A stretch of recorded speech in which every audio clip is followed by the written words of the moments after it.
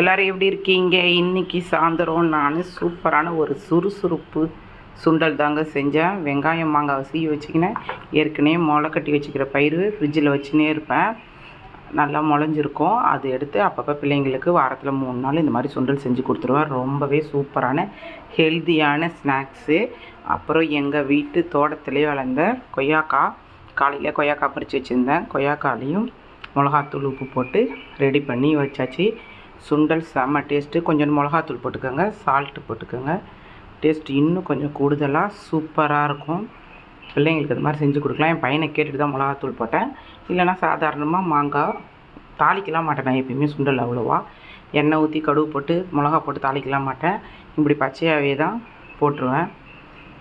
உங்களுக்கு கொய்யாக்காவும் சுண்டலும் பிடிச்சா லைக் பண்ணுங்கள், கமெண்ட் பண்ணுங்கள். ஓகே, டாட்டா, பாய்.